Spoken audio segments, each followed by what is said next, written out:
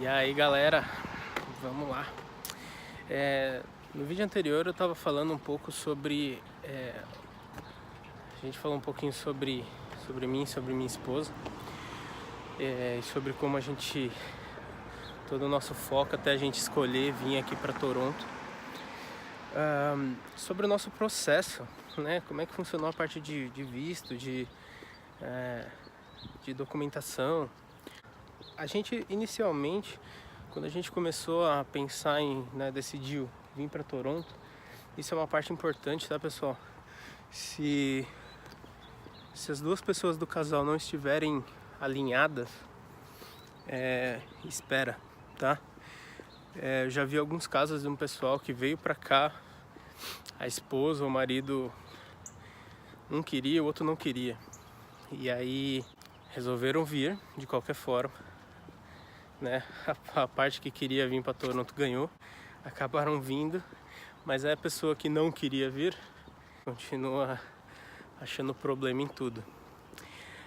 Uma coisa que a gente com certeza pode falar é que se você está planejando vir para o Canadá, você vai ter vários momentos em que você vai ter problema. Seu plano vai falhar em algum momento e você tem que ser flexível para planejar, para você ter um plano B, para você ter um plano C. Quando eu e minha esposa a gente começou, a gente resolveu que ia tentar vir pela Express Entry. Oficialmente é um programa de ranqueamento do processo federal de imigração aqui do Canadá. Como é que ele funciona? Ele, através de um questionário, ele vai fazer uma série de questões, obviamente, e através dessas questões eles vão te dando uma certa pontuação, né, de acordo com o seu perfil. E aí esse perfil ele vai permitir que eles consigam ver qual é o seu perfil e eles consigam dar uma pontuação para o seu perfil, de acordo com o que eles estão precisando, de acordo com o que eles definiram nos últimos anos. Então, como funciona? Eu vou fazer um vídeo explicando um pouco mais só sobre o Express Entry. Eu acho que é melhor, ele é mais complexo, mas enfim, a gente considerou o Express Entry e eu tenho duas faculdades, a esposa tem uma faculdade, nosso inglês é bom, e a gente achou que era bom o bastante. Spoiler, não era, faltou um pouco. A gente fez toda a parte de ECA, que é o Education Credential Assessment, acho que é isso. O que é isso? É basicamente a validação do seu diploma. Não é equivalência, tá, pessoal? São coisas distintas. Tem dois momentos que você pode ter você pode confundir ali uma validação, uma equivalência. O que é esse ECA, esse ECA? Ele é feito por duas empresas, se eu não me engano, a IQS ou IQA e a WES, WES. A gente fez com o WES, por isso eu não sei o nome da outra direito. O WES, ele basicamente ele vai verificar se o seu diploma é válido, se ele realmente existe, tá? Então, só para ver se não é uma falsificação ou algo, né, nesse sentido. Outra coisa é quando você já está aqui no Canadá e você quer atuar na área. Por exemplo, um engenheiro, ele não pode simplesmente traduzir o diploma e vir para cá. Se ele quiser trabalhar como engenheiro, assinando obra, assinando planejamentos e projetos, enfim, ele precisa ter uma equivalência aqui, ter um processo chatinho. Então existem esse processo de validação, que é o ECA. A gente chegou a fazer isso, a gente chegou a traduzir, fazer tradução juramentada de vários documentos. Quando você faz pelo Express Entry, você pode ter uma união estável, tá, galera? O problema da união estável em relação a um casamento no civil primeiro, legalmente aí no Brasil é a mesma coisa, então quase a mesma coisa, mas a questão é que você vai ter os mesmos ônus, você vai ter os mesmos problemas. problemas, né? Você vai ter as mesmas questões relacionadas a, por exemplo, o que é meu é seu, sabe? A parte de dinheiro. Então, por que não fazer o casamento ao invés da união estável, tá? Segundo, do ponto de vista de imigração, quando você vai fazer o processo de imigração com união estável, é possível, mas você tem que comprovar que você já mora junto há mais de um ano. Isso não é exigência do Brasil, tá, pessoal? Se vocês quiserem fazer união estável morando juntos há 0 meses, vocês namoram e resolveram fazer uma união estável, vocês podem, tá? Então não é uma exigência brasileira, é uma exigência do Canadá, tá? Então o Canadá exige, para caracterizar como união estável, ele exige que você seja casado, more junto, há pelo menos um ano. E como comprovar que você mora junto há pelo menos um ano? Essa é a parte difícil, porque você vai ter que mostrar contas junto, você vai ter que mostrar fotos, às vezes carta de amigos, né, como testemunha, enfim, tem muita coisa, galera. E quando você é casado no civil, o que você tem que mostrar como comprovante que você é casado é a sua certidão de casamento. Então você vai ter um documento versus, sei lá, 15 documentos, X.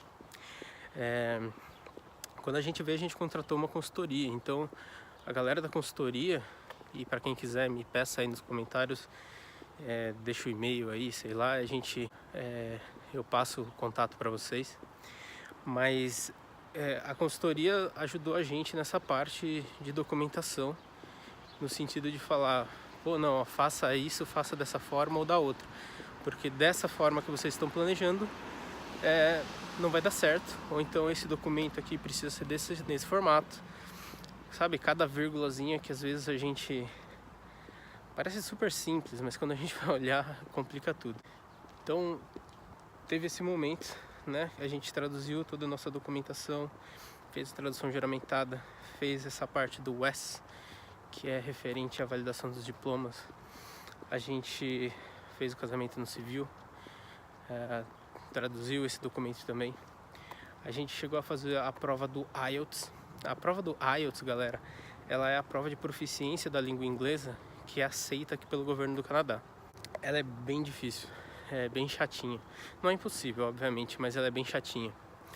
Então, e foi o que barrou a gente nesse plano, na verdade. A gente tava com o planejamento de vir nesse formato, né, de vir direto com a residência permanente pelo Express Entry, e o inglês foi o que nos barrou. Por quê? Não é que a gente não fala inglês, a gente fala, tanto que a gente tá aqui e tá super tranquilo.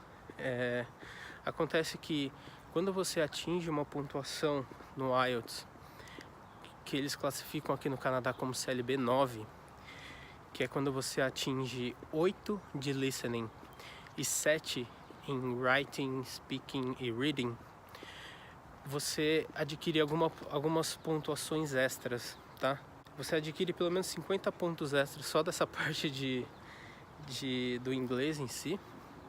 E aí você ganha alguns pontos a mais por causa da combinação de inglês CLB em nível CLB 9, mais educação, coisas similares, tá? Então o que acontece é, se você, o mesmo perfil, se você atinge essa nota ou não, pode significar uma diferença de 80 pontos no seu perfil. As últimas notas de corte que tiveram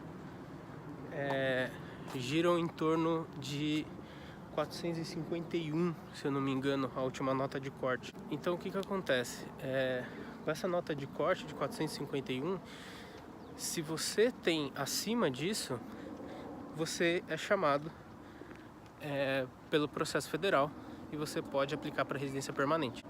Como a gente não atingiu aquela nota de inglês, a nossa pontuação caiu bastante, ficou abaixo de 400 pontos, né? Como a nossa nota não conseguiu chegar até o ponto que a gente queria, a nossa pontuação caiu bastante, a gente não conseguiu vir por esse processo de Express Entry. Então foi a hora da gente pensar, poxa vida, a gente tinha duas opções. A primeira era ficar no Brasil, estudar mais inglês, subir a nossa nota e aí a gente tentar de novo para vir com a residência permanente. Era uma opção, era uma ótima opção. Para todo mundo que me pergunta hoje e tem o mesmo perfil que eu tinha, eu recomendo ficar um pouco mais no Brasil, se você pode ter essa paciência. Se você vir já com a residência permanente é ótimo. A gente não conseguiu, então a gente mudou nossos planos para vir com um plano de estudo e trabalho. O que é esse plano? Trata-se a minha esposa veio fazer uma pós-graduação e eu vim para trabalhar. Como a gente já tinha vários documentos traduzidos, a gente já tinha a nota do IELTS, a gente pegou essas informações e aplicamos para um college aqui. E aí, se vocês quiserem, poxa, Jean, como é que eu faço isso? Como é que eu não faço? Eu devo fazer um outro vídeo só sobre isso também, porque é um assunto delicado, tem várias regrinhas sobre college público e privado. Já eu faço alguma coisa nesse sentido. Mas enfim, a gente decidiu vir nesse sentido de fazer um college. Ela veio fazer um college público, né, de 2 anos. O último semestre dela é co-op, que é como se fosse um estágio remunerado. Pode ser remunerado, pode não ser, tá? Mas é um trabalho, porque é 40 horas por semana normal, 8 horas por dia. E nesse plano, depois a gente pode ainda pegar um visto de trabalho chamado PGWP. Vou falar mais sobre ele também. E aí nesse plano, como a gente já tinha alguns conhecidos na filial da nossa firma aqui no Canadá, eu pude bater um papo com eles, né? Pedir uma ajuda no sentido de, como eu não consegui uma transferência pela empresa, eu pedi para eles fazerem algumas indicações. Como a gente tem uma filial aqui, a empresa tem uma filial aqui em Toronto, eu pude pedir para eles, né, uma indicação, e quando apareceu uma vaga, eles me contrataram, né? Isso demorou um pouco mais do que esses poucos minutos que a gente está conversando. A gente chegou em julho, em setembro eu estava trabalhando, tá? Chegamos no final de julho também, então foi 1 mês e pouquinho até conseguir o trabalho. Isso graças a ter alguns contatos, tá, pessoal? Então, se puder ter contatos, é sempre bom. E é isso. E aí foi como a gente conseguiu vir pra cá. Bom, eu vou pausar o vídeo por aqui.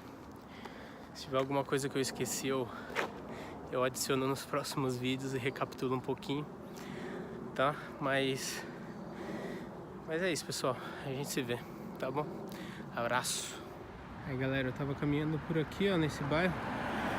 E aí, logo saindo desse bairro, já chega a avenida e os prédios gigantescos. Não é condomínio não, viu, galera? É um bairro normal. Mais um bairro normal aqui do Canadá. Ali no cantinho da esquerda ali, eu vou passar por um monte de gente, depois já eu mostro onde fica o metrô aqui. Passei o ponto aqui, ó, tô de volta no prédio. Logo ali na frente, vocês conseguem ver esse LCBO ali. Aquilo ali é um shopping, pessoal. E embaixo do shopping, dentro do shopping, tem um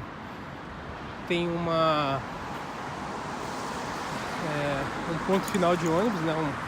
Um centro de ônibus, e tem também o metrô. Então a pessoa já sai direto no shopping. E aí também já tem um monte de prédio e tudo mais. Abraço.